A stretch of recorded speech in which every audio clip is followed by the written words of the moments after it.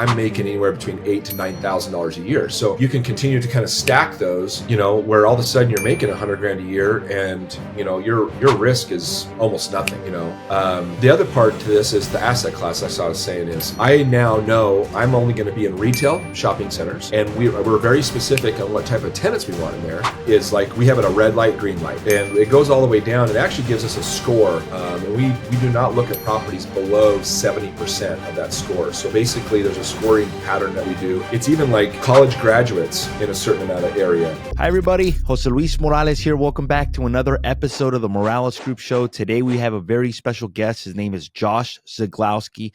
He is one of the co-founders of ERC Specialists, but today he is actually going to be educating us on buying triple net lease properties. He's going to be teaching us how to find them, how to finance them, how to underwrite them, and then how to manage them. So this is going to be a really good episode for landlords that have maybe apartment complexes, that have single family residences. They're tired of dealing with tenants. They're tired of dealing with toilets. This may be a simpler way of investing in real estate and can simplify your life as you progress and you get older in life. So welcome back to the show, Josh. How are you? Good, man. How are you doing? Doing good, man. Thank you for coming back on. So for our viewers that don't know who you are, who is Josh Siglowsky, and how did you get involved in investing in triple net lease properties? Yeah. So Josh Siglowsky. So like Jose mentioned, I'm the co-founder of ERC Specialists, but before that, I've always been an entrepreneur, mostly in real estate. I started in residential real estate, flipping homes, wholesaling homes for a good, I'd say 14 years. And then I just kind of hit to a point of like, hey, if I die today, I'm going to leave my kids a chunk of money, but nothing like a skill or keys to an apartment complex or a building or a shopping center for them to continue it on with residual income. So I wasn't even, yes, I was thinking about me and my wife, but I was, as far as residual income, but I was mostly thinking about my kids in 20, 30 years, and so I decided to get into commercial real estate, and I became the founder of a company called the Chandler Group.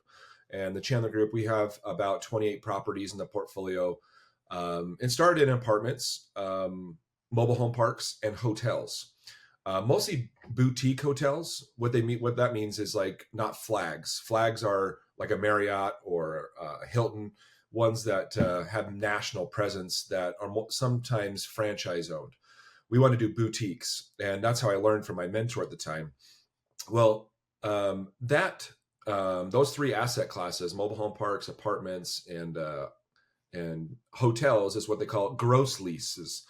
Whereas triple net is where I say the difference is let's say you have a 24 unit apartment complex, and if there's issues with the water or the parking lot, who pays for that? The landlord, right? It was about 2-3 years into it where I learned about triple net. I didn't even know that it was even possible. But basically, the triple net is like, let's say a Wendy's, wants to have a place for 20 years.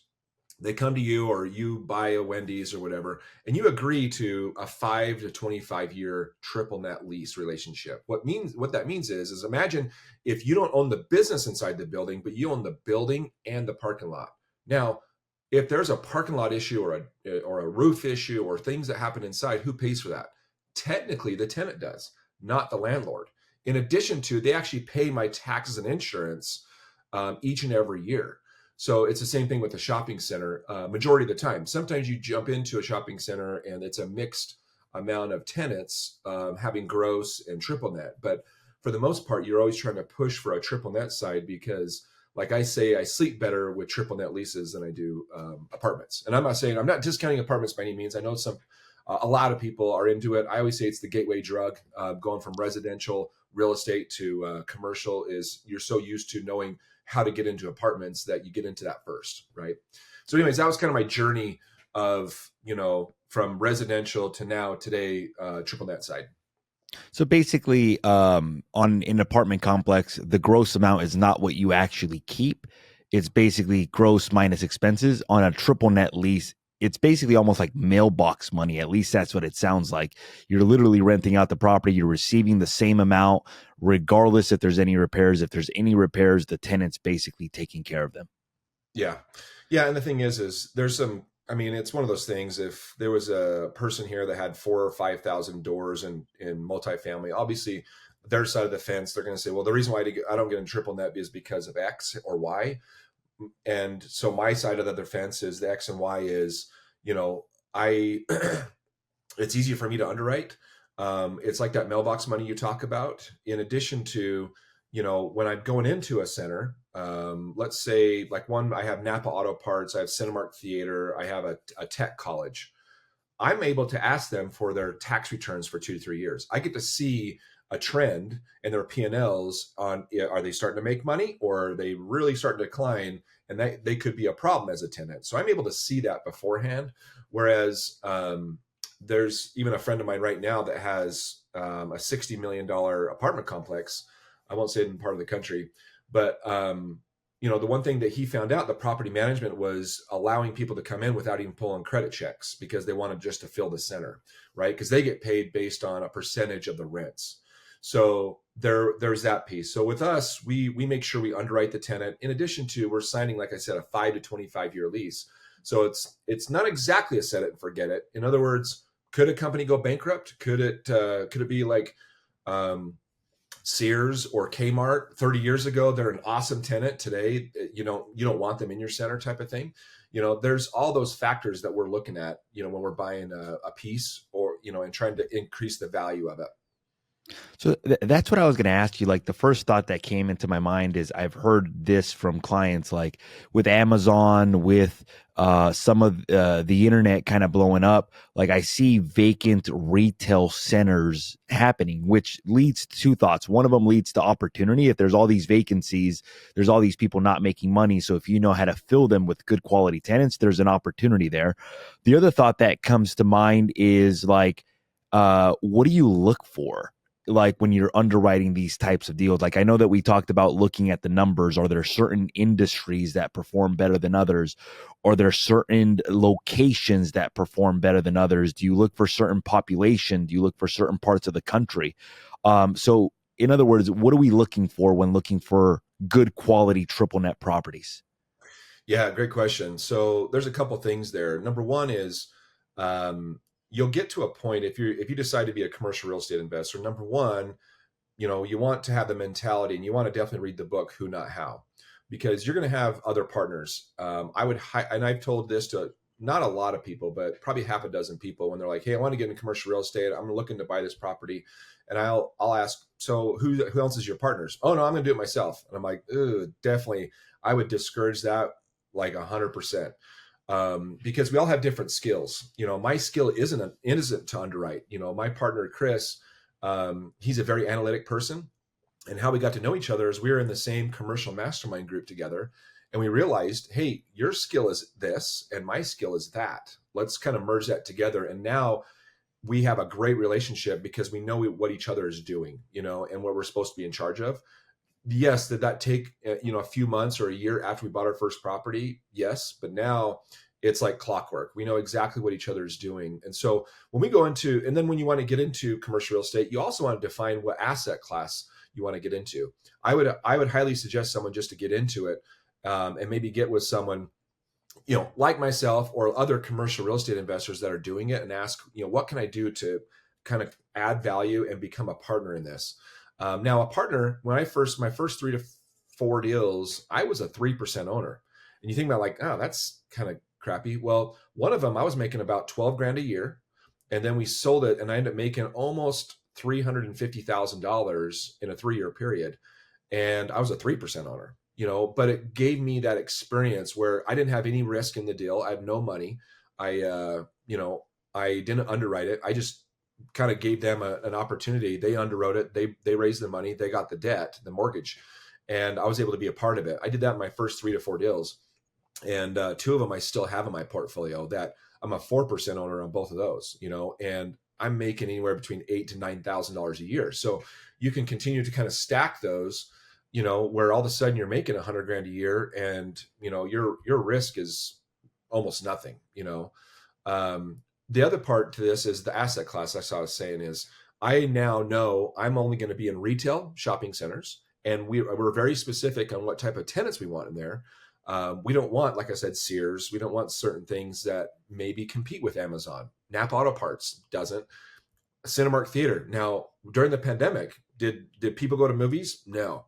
Those guys were definitely suffering, and now they're back at where they were, but they were suffering. Tech colleges, you know, they learned how to do a lot of stuff remote. They actually told us at the first this year that they're going to vacate the premises by December. They were a tenant of ours for 4 years. They were already there for 8 years. We already found another tenant, which is Dollar Tree, that's going to go in there in the next 2 months. That actually added more value. The other two asset classes I concentrate on is medical. I love medical buildings and I love dental buildings. You think about when you were a kid, when you went to the dentist, when you're 5, 6 years old, and that was pretty much your dentist for maybe 10 to 15 years, you know, and you think about that dentist most likely did not own that building. He rented that for many, many years from people like me, you know, and so you can get into places like that, you know, that they have a lot of equipment there and they're not going to leave. There's other asset classes I look at, but it's not like I concentrate on, which is flex and then industrial, you know, and but I don't get into office. A lot of people always think of office and multifamily sometimes as like, oh, I don't know about office. Well, office, you know, because of the pandemic, people learned how to have their employees work from home, you know, because they were forced to. And then they're like, wait, we can actually save money on office, and then we just have them from home. Absolutely. Is there some companies that actually wanted to come back and bring that camaraderie in their office? Yeah, you know, and I'm the ERC specialist is one of those companies that we definitely want people in the office because it does build you know, good synergy around the company. So but yeah, that's what we look for, and that's what we kind of defined. I didn't know that when I first got into it. It took me about 2 years to understand which asset classes I really want to concentrate on, and so those are the ones I concentrate on. I love it.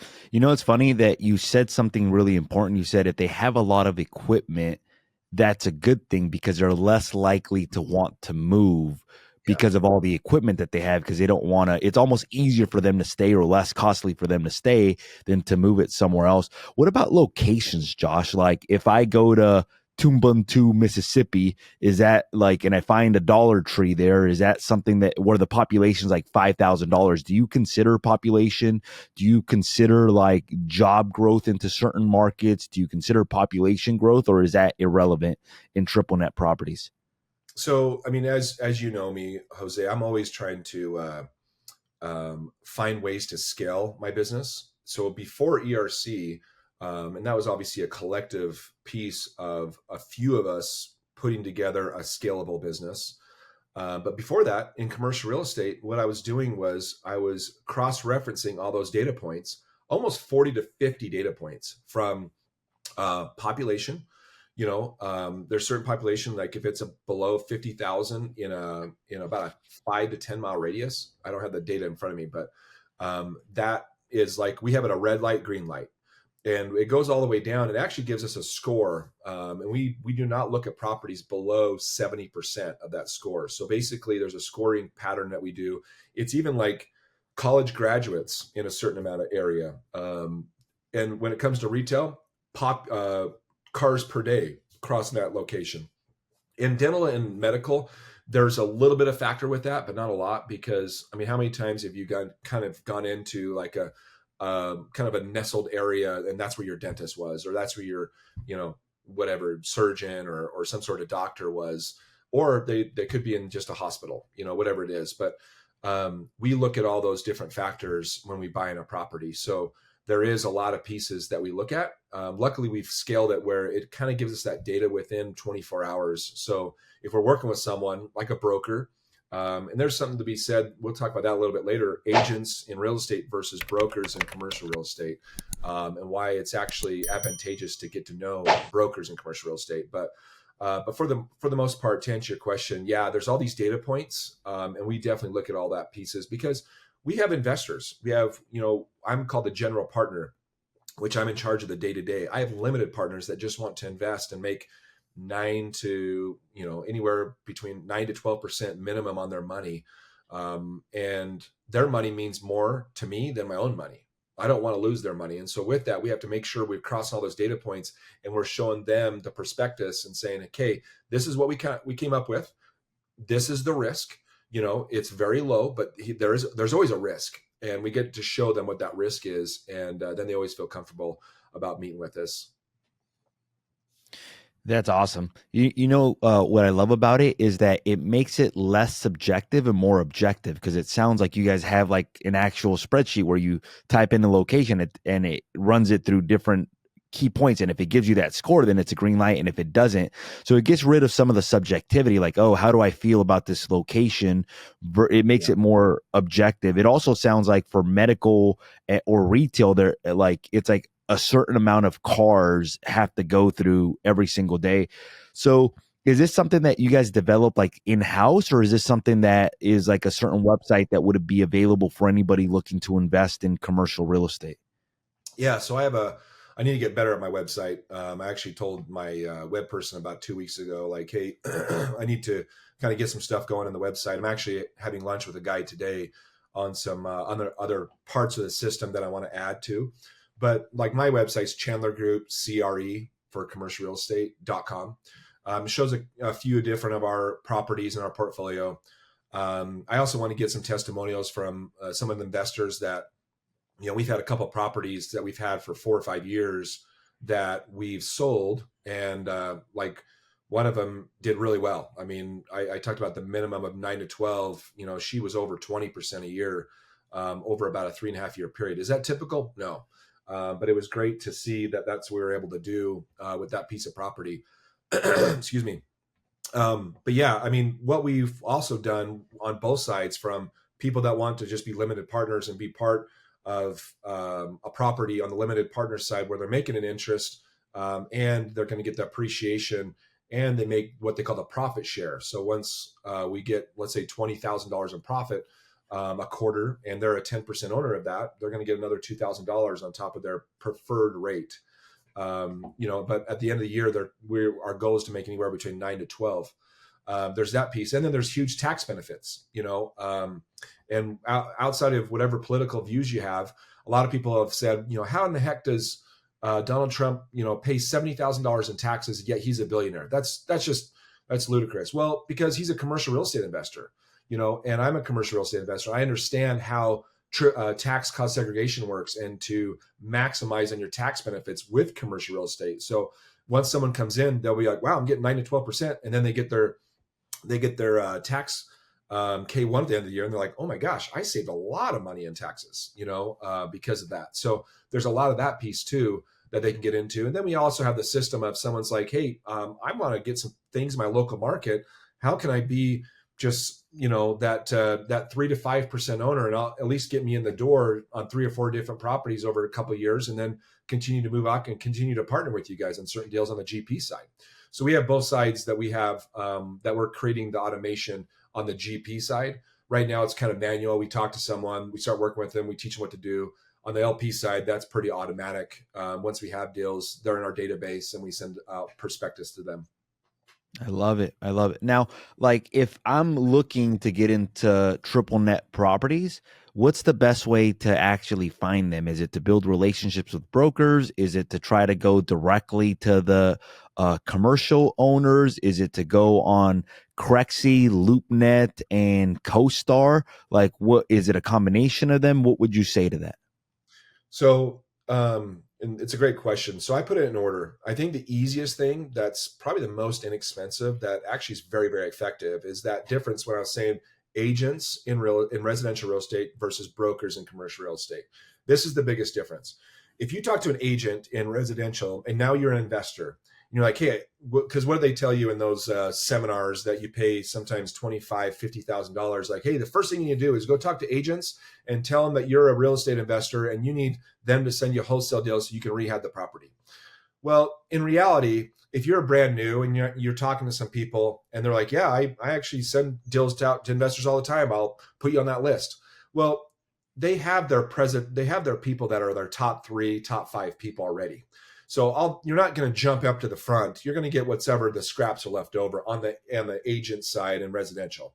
That's just the way it goes. I mean, I went through that. On the broker side, it's a little bit different.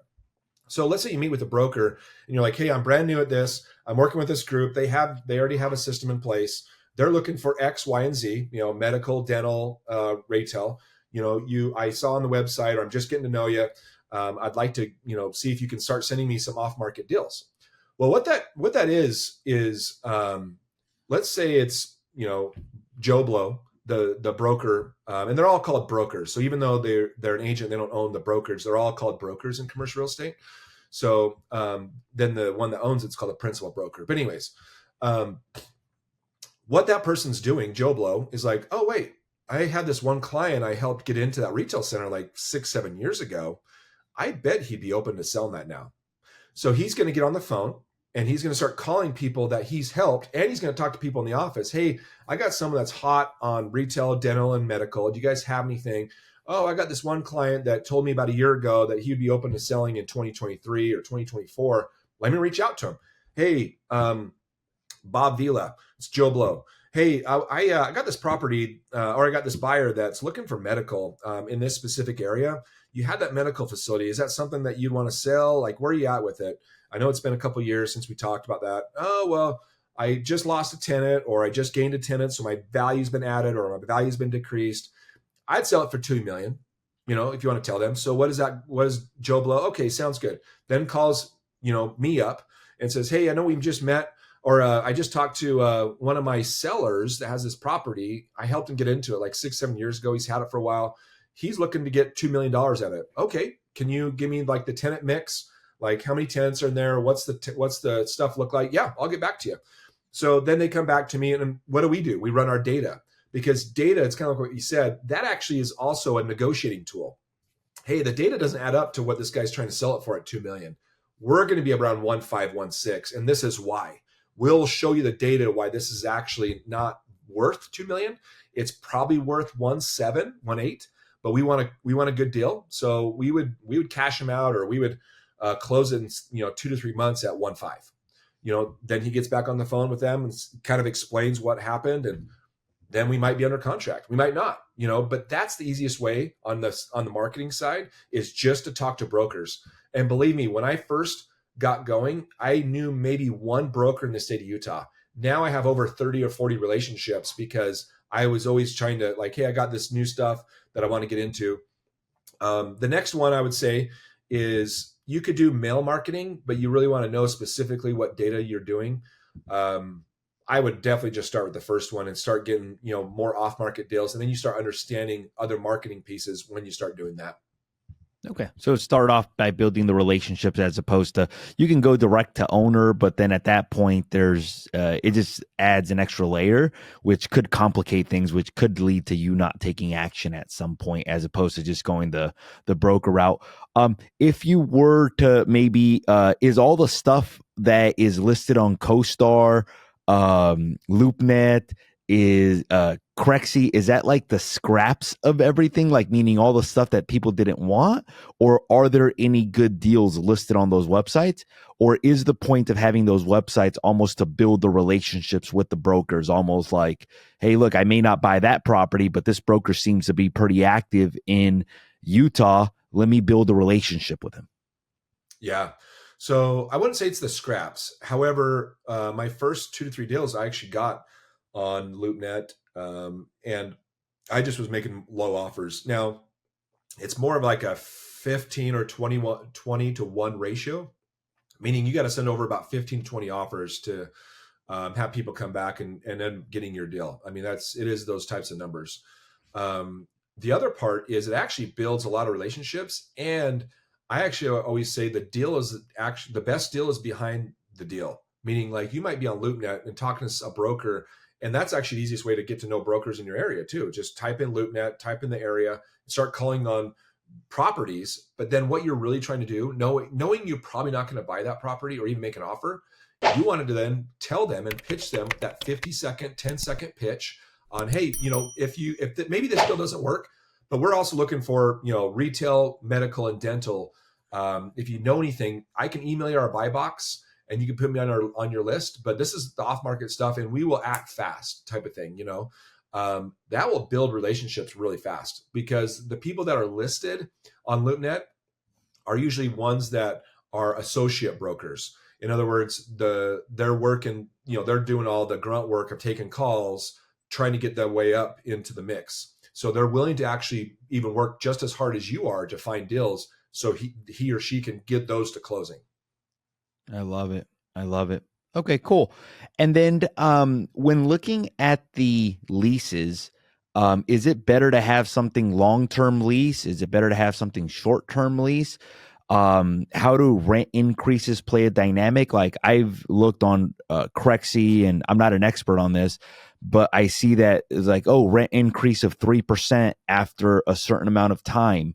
Um, what are you looking for in when looking at the leases? Long term, short term, a certain amount of rent increases, because the lease can actually make or break the deal, right?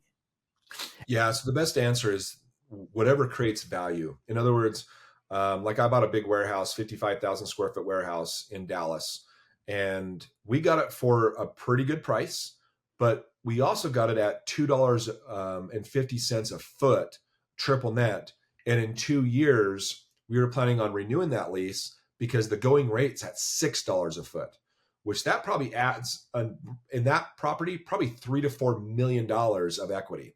So if I'm a 25% owner as a GP, adding $4 million, I just added $1 million in my pocket, right?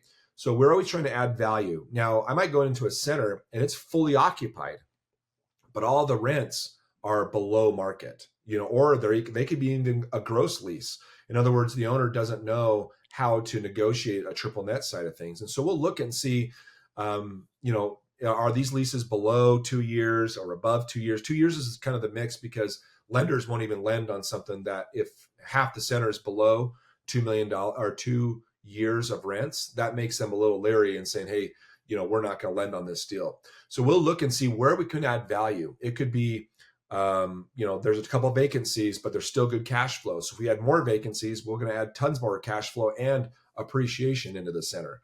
So there's all the pieces there, and we're looking for every little piece on how we can add value.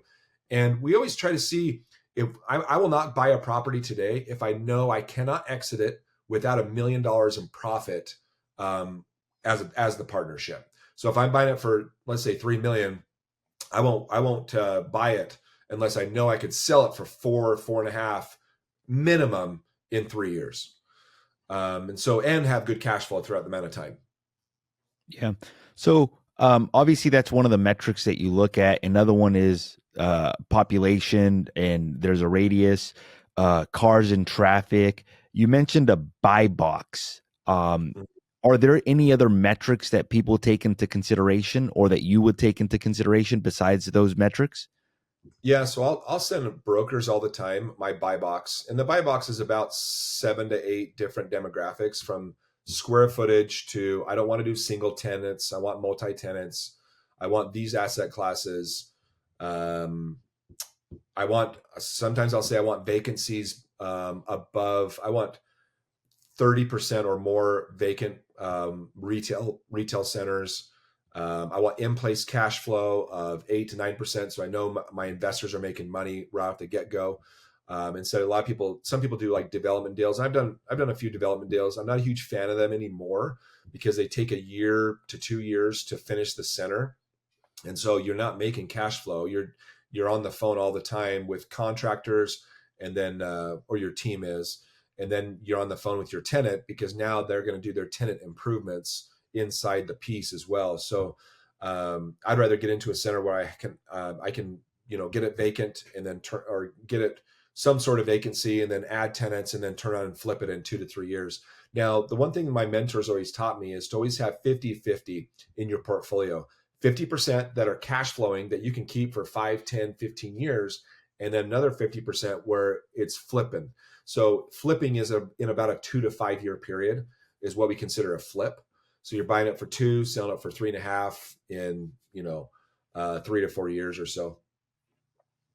I love it. I love it. Now, you said you look for multi-tenants as well too versus single tenants. Why? Because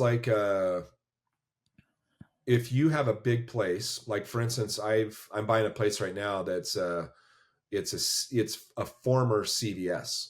So if you have a CVS and all of a sudden CVS leaves and you think like, whoa, CVS, they would actually leave. Yeah. I mean, I see vacant CVSs and Walgreens all the time. That what I'm doing with those is I'm repurposing them into medical. And so I'll have a big medical facility that's or medical company that has really good financials. They'll even give me a personal guarantee.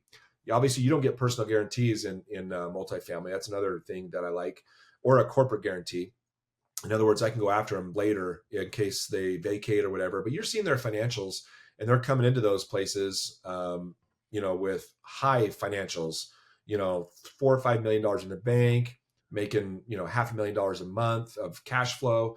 Very very good financials. But they need a place. But the reason why they don't buy their own place is that uses a lot of cash. They'd rather use that cash for their business and just have that as an expense as far as the rent. And that's the way they look at things. That's awesome. Now, in a multi-tenant situation where, let's say, there's a big parking lot, who handles, like, if there's a repair on the parking lot? If it's like, let's say it's 10 tenants and it's a triple net property where everybody's responsible for their own portion of the parking lot, or even the roof. How does that even work? Like, do you just replace the roof in sections, or is there a joint? Do all the leases, are they jointly connected in somehow in case there's a big repair like the roof? Yeah, so they call it CAM, or common area maintenance. So during the year, let's talk about a parking lot first. So if there's a parking lot, let's say it's a Kroger, because Krogers are national, and I have one Kroger. And let's say that Kroger owns 60% of that shopping center. And then you have those little 10%, maybe 15%. So what happens in a parking lot, let's say there's a parking lot repair and the fee is $20,000. Well, the owner, the landlord, actually pays that, the $20,000. At the end of the year, we then send a bill to like Kroger and say, hey, here's the bill. It's $20,000 and you own 60% of the center. So you owe us $12,000 of the parking lot. So it's all about the percentage of what that shopping center is. The roof is the exact same thing.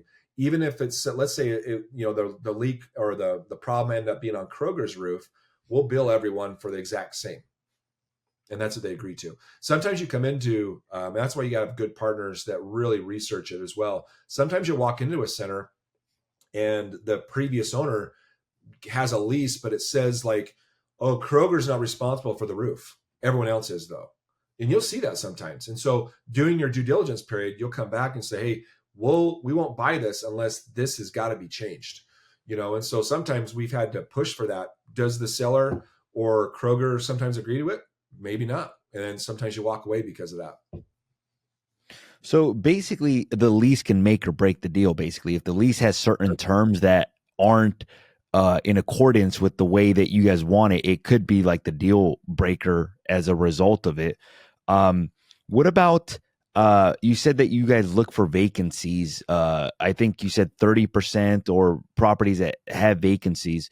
If a property does have vacancy, or first of all, why? And then how do you release these properties? Like, do I call CVS national headquarters and say, do you guys need a building, or where do I find potential tenants that want this type of building?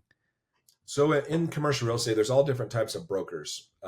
There's medical brokers that just do medical. There's retail, there's multifamily, but there's also tenant brokers that's what they concentrate on. In addition to, I have a team in place and I have subscriptions to, like one that I'll pull up data, and it's a whole list, maybe 180 different tenants. Let's say one of them is Les Schwab, and Les Schwab's not in the area, but it says that they're interested in being in this part of Utah in 2024. So my team might call them, and it shows who to contact, because they all have real estate divisions, the national tenants. And so you'll reach out to them and you'll say, hey, we have this property and we'd like to present it to you. It fits all your buy boxes, because on each one of their websites, let's say Arby's, you can actually go to the website and get down into their website and find out what their buy box is. Certain amount of vehicles per day. It's got to be on a corner. It's got to be this. It's got to be that. So you then kind of go through that and you're like, hey, this is actually a really good opportunity. I'm going to contact them and show them an offering memorandum. We would love for them to come into our place, and this is why it fits their buy box and ours. So you do kind of match those together all the time. So it's almost like you're reverse engineering the whole finding of the tenants, basically. Yeah. Okay. What about cap rates? Do you guys typically look for certain cap rates on properties? Is there, certain cap rates that you guys won't go below? And then how have interest rates affected the cap rates at all? Or is there something that people should be cautious of with interest rates right now and cap rates? Yeah, it kind of goes along with having your good partner. Like my partner, he's very analytical, understands all the numbers, Excel, obviously much better than I do. And yes, with the new interest rates, it does affect cap rates. Like we won't get into a place unless it's an in-place cap rate of 8.5. In other words, that means our investors are at least making money off the get-go. And we'll make sure we have meat on the bone to increase that maybe to a 10 or a 12, and then we'll turn around and sell it at maybe a 6 or 7, meaning we just added tons of value. That's probably, just by numbers, a $2 million property that you buy at, like, let's say an 8.5 cap, you get up to like a 10 or a 12. That actually added probably $2 million worth of value. That's what's crazy, because you're going to sell it back into the market to maybe a 1031 buyer that just wants a 6%. You just put in these, like Dollar Tree, for instance, they're going to be a 14-year lease. So we're going to be probably trying to sell it after they're officially in, after about 6 to 12 months, because the new buyer says, hey, I don't like to do value add. I like to do stabilized assets, usually a hedge fund or a private equity company that they know they're going to get about a 6%. There's a great tenant mix and they can make good money for a long time. And so we're value add investors where there is a stabilized side of things that always just wants those stabilized assets. So we'll get relationships with them and we'll have easy buyers off market. You know what I liked about what you said is that the property is not even vacant. You guys already have it released, which means that your systems and your processes are great because you guys are not waiting for it to be vacant. Was Dollar Tree one of those situations where you guys reversed engineered it and said, "Oh, wow, we already own a building and this is the almost the rent box for somebody like Dollar Tree?" Or is this one of those situations where you had a relationship with a certain broker that has a relationship with somebody like Dollar Tree, or you told them, "Hey, look, we're looking for, or this building's going to be vacant"? How did that end up working out, just out of curiosity? Yeah. So in that asset, there's 3 general partners, and Uh-huh. all of us are pretty busy where we didn't want to kind of manage a team to pull up that data and find someone. So what we decided to do is interview 5 to 10 brokers, and so we can pull up the data in CoStar and show us the top 5 to 10 brokers that have done the most tenant uh, like contracts over the last like 90 days or 180 days. And so we contacted them. We felt really good about this one guy that's, gave us a couple relationships that he had. And one of them wasn't Dollar Tree, but someone else in his office had Dollar Tree. So he then told them, and then they're splitting their commission on the tenant broker side. And now we have a 14-year lease, and all from that relationship. I love it. How important is it to find like whoever the top agent in certain markets is for deal flow or even for rentals? Like, why is that important? It's a good and bad thing. Here's why it's a good and bad thing. The good part is like you have someone that is very good. The bad part is they're hard to get a hold of because they're so busy, right? So there's always that mix, and that's the same with Yeah. residential real estate as well, right? You have someone that's like maybe a billboard that advertises, man, that guy's a rock star. You try to call that person if you're a newbie or something, that's almost impossible. You have to have a relationship and know how to get into the door with that. So but there is that data, and that's why it's good to interview several ones, and you kind of you feel comfortable about maybe they have a really good team in place that's going to call and they can give you reports every week or whatever it is. That's what we were kind of looking for, and that's what we've done in the past, and we've had success at that. Yeah. This is something that I admire about you, Josh, and I don't know if I've ever told you this, but you've brought up the book Who Not How a couple times. And the way that you built your company, ERC Specialist, is you found the different who's instead of trying to figure out. And I've asked you certain questions at times, and you're just like, "Oh yeah, my partner does that," or "That's their," like you don't even know what that process is like 100% because you've Yeah. got an expert in that field. Assuming somebody wanted to build something like the Chandler Group, who are the different what are the different skills that would be required, or who are the different players that somebody would need? And for the viewers that don't know what I mean by this, is there's a book called Who Not How, which tells you that instead of trying to figure out how to do things, find the people who already know how to do that and partner up with them and almost build like a super team to help you do that. In commercial real estate, who are the who's? Definitely someone that knows how to underwrite commercial real estate, at least probably a 3 years is experience or more. I would even ask, their projects they've done. Like I get pitched projects a lot. I got pitched this project, and it's out of my buy box, meaning it's a multifamily and townhome like development. And one of the things I said, well, I'll take a look at it. It's not. I even told them it's out of my buy box, but what they're really looking for is someone to sign on the debt for a certain percentage. So I'm like, oh, I'll take a look at it as long as I don't have to do things. And they're going to collateralize it with the property, which is worth $4 million. And so they didn't have to raise any money, all that kind of stuff. Well, when I asked him, like, hey, can you send me your last 3 to 4 projects that were over $2 million? He didn't have one.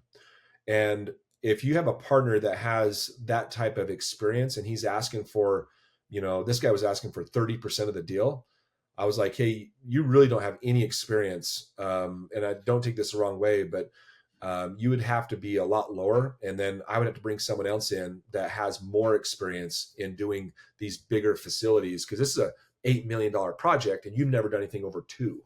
You've done a flip, maybe I think he did a flip for $400,000. That's totally different from doing a multifamily and a townhome facility for $8 million. So you definitely want the person on the number one person I think on the team is someone that's analytical, not a salesperson. If you've ever done Tony Robbins, what's that called? DISC test. It's someone that's more of a C personality. That's more of the accountant, that type of person that's more book savvy. That's that. I'm more of an I in influencers and an S.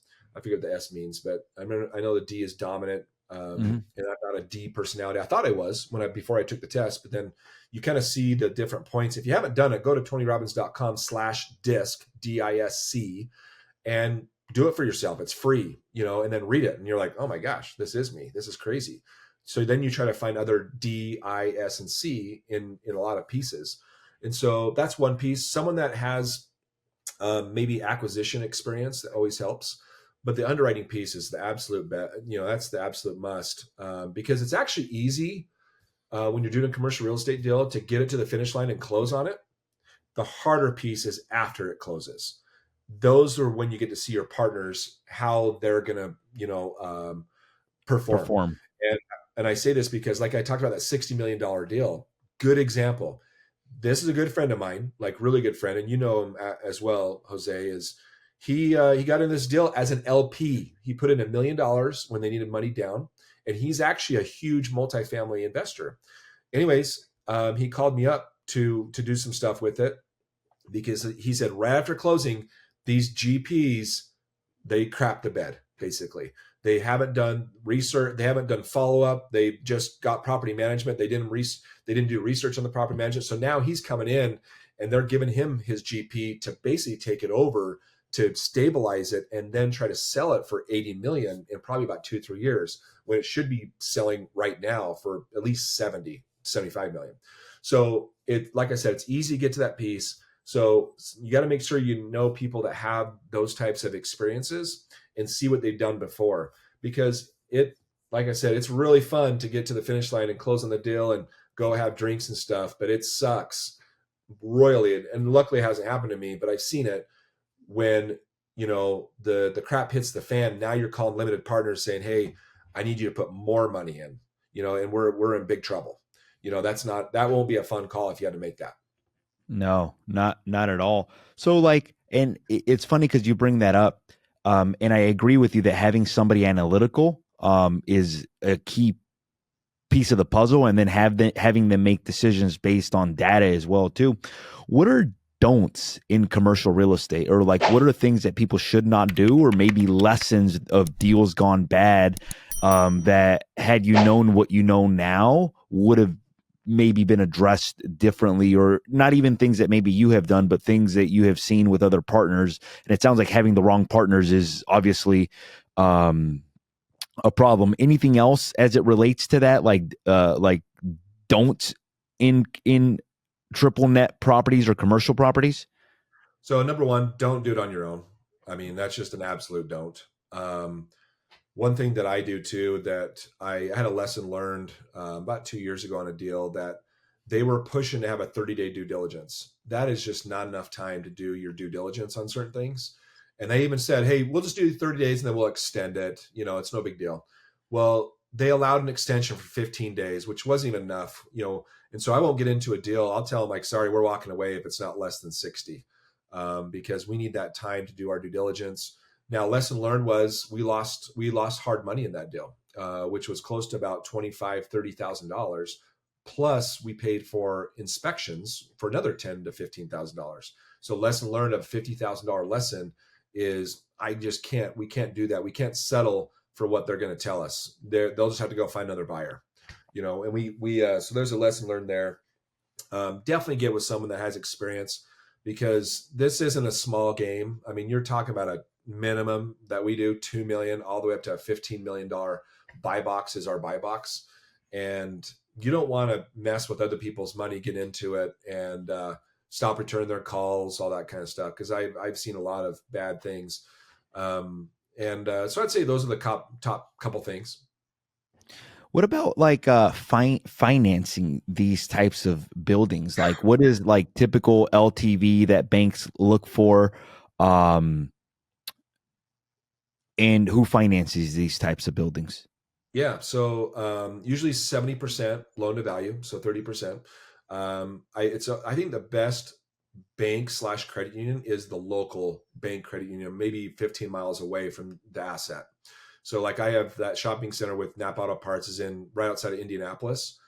Our bank that did it is right there in town, and they had the best rates. We even looked at national rates and other brokers nationally that we've used in the past, and they were almost a point less. So that's always the good part. The one thing that and that's why I always encourage people at least get in and take a 3 to 5% ownership, because the bank probably won't lend you money even if you had an 800 score and you had $1 million in the bank, because they want someone with experience. It's like I didn't even ask that guy that I was talking about, what have you done over $2 million? I'm asking just as a partner, but that's what a bank would absolutely ask you. And if you don't have that type of experience, I'll say, no, this is a lot of money to be at risk. And you're high risk, because you're just going to learn on our dime, and we're not going to do that. So in that situation, somebody might have to do what you did at the beginning, where you took a very small ownership portion for finding the deal and then partnering up with partners that already have that level of experience, and almost having them do the management of the property and having them basically put their financials at bat for the bank, basically. Yeah. So there's different ways of structuring. Even if you don't have that, you can basically build that resume by partnering up with people like you. Anything in the escrow process, Josh, that people should be looking for? I know that in the due diligence process, like what kind of inspection should I be doing in the due diligence process for triple net properties? And why do we need 60 days?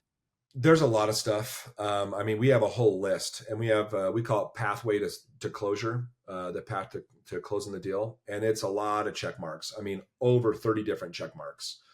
Yeah. I mean, for the most part, making sure what the leases look like, having someone research those leases, from getting with the bank to make sure they'll even finance the deal, because you'll get right to and that's actually why we lost money on that first deal, is the bank didn't have enough time and they wouldn't give us an extension. So we took a risk thinking that we'll go through this, because it looked like a really good deal. It's called an absolute net lease. That's even better than triple net, and we don't need to go over what that is. But the reason why we pushed through, we're like, hey, this would be a great property for 25 years. Well, the bank came back and they said, these guys' financials aren't more than 2 years. Like, we're not going to give any money on this. And we went to another bank, and every single one of them said the same thing. We're like, oh my gosh. So we also, lesson learned is, like, we need to get the bank involvement at the very beginning. We waited for about 2 weeks, 3 weeks to get them involved. So that's just one of probably 30, 40 things that we go through during a 60-day period. And that's the due diligence period. That's when your money is hard. Let's say you put $25,000 earnest money. It's not that, it's actually just sitting there. It's not hard yet till that 60-day mark. Then it goes hard. Then you might have another 30, 60 days to close it. So depending on, what you negotiate there, but that's kind of how the timeline works. Yeah.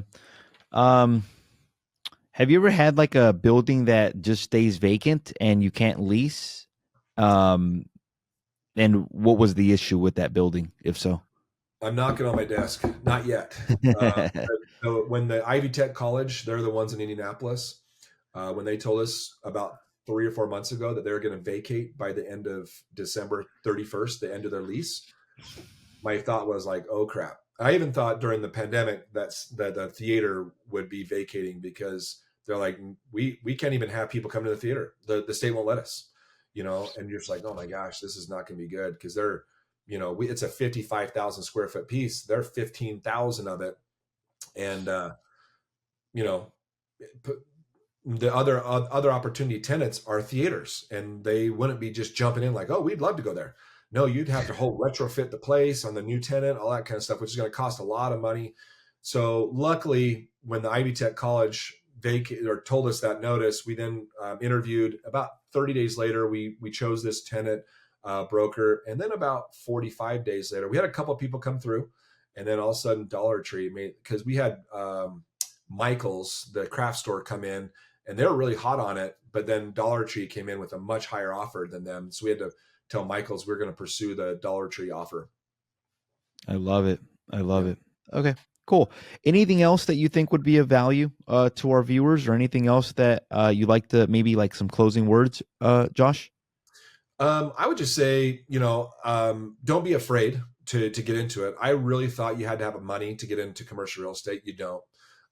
You do got to be a hard worker and get with someone that has experience, and just say, hey, I'm willing to do this for, I always just throw that 3 to 5% because that's realistic. If you try to get more and you're doing what I just told you, they're going to be like, yeah, I can get a team in place and get all that done. So I would be realistic on it. What's cool about being on that side of it is you'll be able to go through the process of all the quarterly returns, how it works with that partnership, all that kind of stuff. That would be the best education you can get.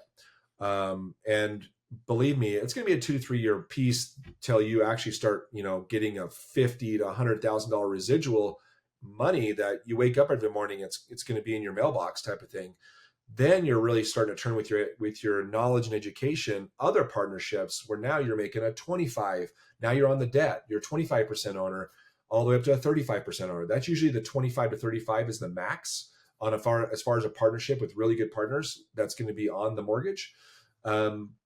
Yeah, and obviously I put my system in place. I'm sure you'll have my contact info, in the podcast or whatever. But yeah, I appreciate you having me on the show, and it's my passion. Even though ERC Specialist has been a unicorn business, my passion is actually commercial real estate. I plan on teaching my own kids, on helping them give keys to a shopping center and teaching them for the next 50 years on how to maximize on commercial real estate. So thanks again. Well, and I'm really glad that I brought you on the show because I own apartment complexes and I know how management intensive they are. And a part of me, like the more I learn about triple net leases, a part of me is like, there could be an opportunity there where you basically, as long as you partner up with the right people, you don't have to be getting calls on a Friday night saying, hey, look, here's a toilet, here's this, or here's that. So I appreciate obviously you coming on and sharing. So I'll put your information down below in the description for our viewers out there. Today we had Josh Zieglowsky. He is one of the co-founders of ERC Specialists. However, today he talked to us about his passion, which is investing in commercial real estate, specifically properties that have triple net leases. He explained to us how to find them, how to underwrite them, how to finance them, and even the escrow process. So thanks again. If you've enjoyed this episode, make sure to hit that subscribe button. If you feel that this episode will be helpful to somebody, make sure to hit that share button and share this video with them. Thanks again, Josh, and I appreciate you coming on the show.